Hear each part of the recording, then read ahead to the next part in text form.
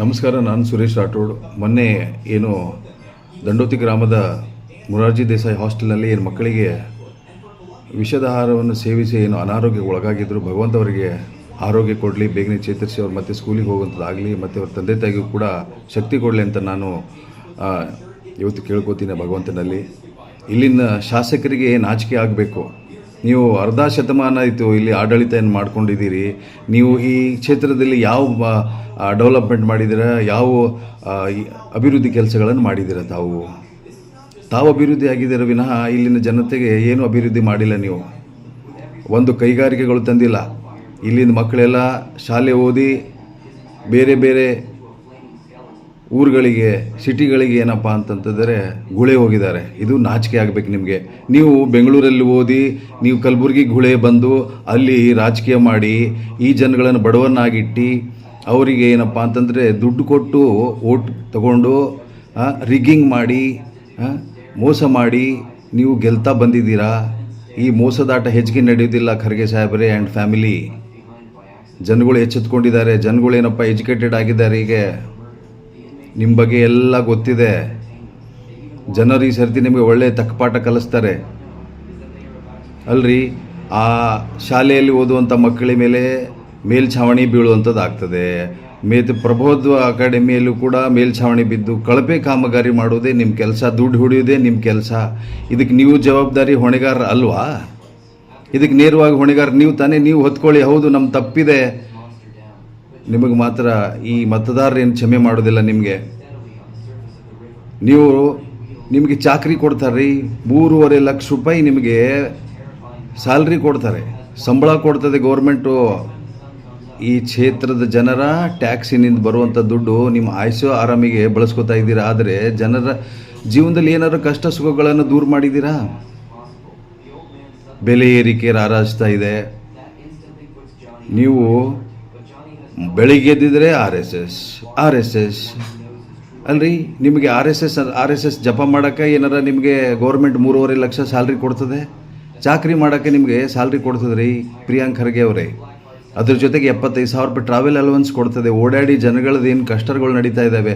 ಒಂದು ಕಳಪೆ ರಸ್ತೆಗಳಿದ್ದಾವೆ, ಒಂದು ರಸ್ತೆಗಳು ಸರಿ ಇಲ್ಲ, ಯಾವುದು ದೊಡ್ಡ ಡೆವಲಪ್ಮೆಂಟ್ ಪ್ರಾಜೆಕ್ಟ್ಗಳು ಈ ಕಡೆ ನೀವು ತರೋದಿಲ್ಲ. ಐ ಟಿ ಮಿನಿಸ್ಟರ್ ಆಗಿದ್ದೀರಾ. ಯಾವುದಾದ್ರೂ ಐ ಟಿ ಸೆಕ್ಟರ್ ನೋಡಿರಿ, ಮೂರು ನಮ್ಮ ಸೆಮಿಕಂಡಕ್ಟರ್ದು ಇಂಡಸ್ಟ್ರಿಗಳು ಅದು ಸೆಂಟ್ರಲ್ ಗೌರ್ಮೆಂಟ್ ಕಡೆಯಿಂದ. ನೀವು ಒಂದು ಯಾವುದಾದ್ರೂ ತೊಗೊಂಬರ್ರಿ. ಇಲ್ಲಿ ನಮ್ಮ ಕ್ಷೇತ್ರಕ್ಕೆ ನೀರಿನ ಕೊರತೆ ಇಲ್ಲ. 2-3 ನದಿಗಳು ಇದ್ದಾವೆ ನಮ್ಮ ಹತ್ರ.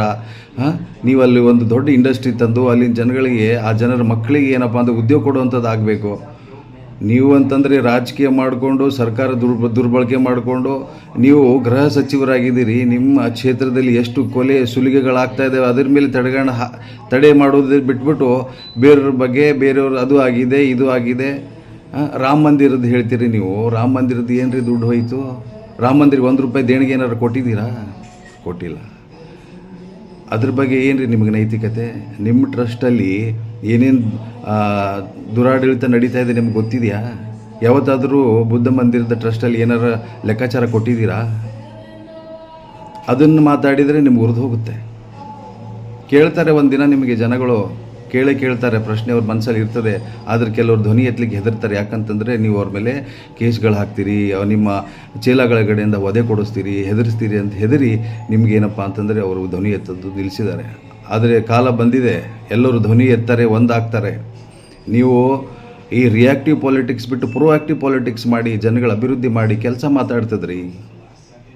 ಕೆಲಸನೇ ಮಾಡಲಾರ್ದೆ ನೀವು ಬೇರೆ ಬೇರೆ ವಿಚಾರದಲ್ಲಿ ತಲೆ ಹಾಕ್ತೀರಾ? ಹಾಕೋದು ಸರಿನಾ? ನೀವು ಯಾವುದ್ರಿ ನೀರಾವರಿ ರೈತರಿಗೆ ಏನಾದರೂ ಒಳ್ಳೆ ನೀರಾವರಿ ಮಾಡಿಕೊಟ್ಟಿದ್ರಿ ಏನ್ರಿ?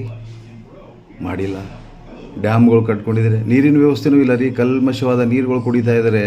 ದಂಡಗುಂಡ ಅಂತ ಗ್ರಾಮದಲ್ಲಿ ಕಲ್ಮಶವಾದ ನೀರು ಕುಡಿತಾ ಇದ್ದಾರೆ. ಪಾಪ ಅಲ್ಲಿ ನೀರಿನ ವ್ಯವಸ್ಥೆ ಮಾಡಿಕೊಡ್ರಿ.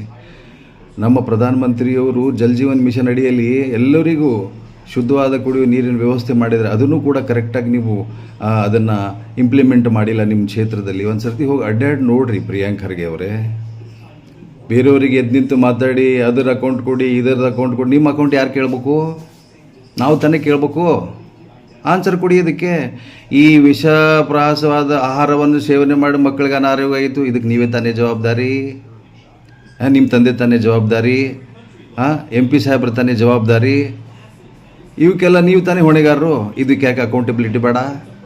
ನಿಮ್ಮ ಕ್ಷೇತ್ರದಲ್ಲಿ ಸಾವಿರಾರು ಗಾಡಿಗಳು ಮರಳು ರಾರಾಜವಾಗಿ ಹೊಡ್ಕೊಂಡು ಹೋಗ್ತಾ ಇದ್ದಾರೆ, ಅದಕ್ಕೆ ಅಕೌಂಟಬಿಲಿಟಿ ಬೇಡ? ಅದಕ್ಕೆ ಪರ್ಮಿಷನ್ ತೊಗೊಂಡಿದ್ದೀರಾ? ಮಣ್ಣಿನ ದಂಧೆ ನಡೀತಾ ಇದೆ, ಅದಕ್ಕೆ ಅಕೌಂಟಬಿಲಿಟಿ ಇದೆಯಾ? ಅದನ್ನು ಪರ್ಮಿಷನ್ ತೊಗೊಂಡಿದ್ದೀರಾ? ನಿಮ್ಮ ಕ್ಷೇತ್ರದಲ್ಲಿ ಯಾವುದಾದ್ರೂ ದಂಧೆ ನಿಮ್ಗೆ ಹೆಂಗೆ ಬೇಕು ಹಾಗೆ ವಿದೌಟ್ ಪರ್ಮಿಷನ್, ವಿದೌಟ್ ಸಂವಿಧಾನ ನಡ್ಕೊಂಡು ಹೋಗ್ತಾ ಇದ್ದಾರಲ್ಲ, ಇದು ಸರಿನಾ?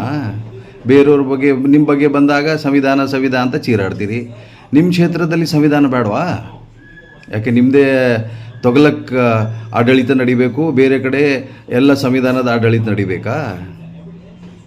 ಸರ್ಕಾರ ಯಾವತ್ತೂ ಶಾಶ್ವತ ಇಲ್ಲ, ಕುರ್ಚಿನೂ ಶಾಶ್ವತ ಇಲ್ಲ. ಅತ್ತೆಗೊಂದು ಕಾಲ, ಸೊಸೆಗೊಂದು ಕಾಲ ಬಂದೇ ಬರ್ತದೆ. ಎಚ್ಚೆತ್ಕೊಳ್ಳಿ. ಜನರ ಕಷ್ಟ ಸುಖದಲ್ಲಿ ಅವ್ರ ಅಭಿವೃದ್ಧಿಯಲ್ಲಿ ನೀವು ಭಾಗಿಯಾಗ್ರಿ, ಅಭಿವೃದ್ಧಿ ಮಾಡುವಂಥದ್ದು ಕೆಲಸ ಮಾಡಿರಿ. ಕೆಲಸ ಮಾತಾಡ್ತದೆ. ನಿಮಗೆ ಈ ಸುಳ್ಳು ಬಡಾಯಿ, ಈ ಬೆಳಗ್ಗೆ ಎದ್ದ ತಕ್ಷಣ RSS ಅವ್ನು ನಮ್ಮವನೊಬ್ಬನಿದ್ದಾನೆ, ಅವ್ನು ಪಿ ಕೆ ಅಲ್ರಿ. RSS ನಿಮ್ಮನ್ನು ಕೊಲೆ ಮಾಡ್ತಾರಂತೆ ನೀವು ಹೇಳ್ತೀರಿ, ಅವನು ನನಗೆ ಖರ್ಗೆ ಫ್ಯಾಮಿಲಿ ಕೊಲೆ ಮಾಡ್ತದಂತೆ ನೀವು ಹೇಳ್ತೀರಿ. ನೀವು ಇಬ್ಬರೂ ಏನಪ್ಪ ಅಂದರೆ ಯೂಟ್ಯೂಬರ್ಗಳಾಗಿದ್ದೀರಿ. ಈ ಜನದ ಕ್ಷೇತ್ರದ ಜನಗಳ ಜೊತೆ ಏನಪ್ಪ ಅಂತಂದರೆ ಚಲ್ಲಾಟ ಆಡ್ತಾ ಇದ್ದೀರಿ. ನೀವು ಯೂಟ್ಯೂಬಲ್ಲಿ ಬರೋದು ಮಾತಾಡೋದು, ನೀನು ಮೀಡಿಯಾ ಮುಂದೆ ಬರೋದು ಮಾತಾಡೋದು, ಇಷ್ಟೇ ಕಲ್ತಿದ್ಯಾ? ಮುಂದೆ ಬಂದು ಜನಗಳಿಗೆ ರೋಡ್ಗಳು ಮಾಡೋದು, ಒಳ್ಳೆ ನೀರು ಕುಡಿತಾ ಇದ್ದಾರೆ ಇಲ್ವೋ, ಒಳ್ಳೆ ಆಹಾರ ಸಿಗ್ತದೆ ಇಲ್ವೋ, ಇದರ ಬಗ್ಗೆ ನಿನಗೆ ಸಂಬಳ ಸಿಗ್ತಾ ಇದೆ ಗೌರ್ಮೆಂಟ್ ಕಡೆಯಿಂದ, ಅದು ನಮ್ಮ ಕ್ಷೇತ್ರದ ಟ್ಯಾಕ್ಸ್ ಪೇರಿಂದ. ಇದು ನೀನು ಗಮನದಲ್ಲಿ ಇಟ್ಕೋ ಪ್ರಿಯಾಂಕ್ ಖರ್ಗೆ.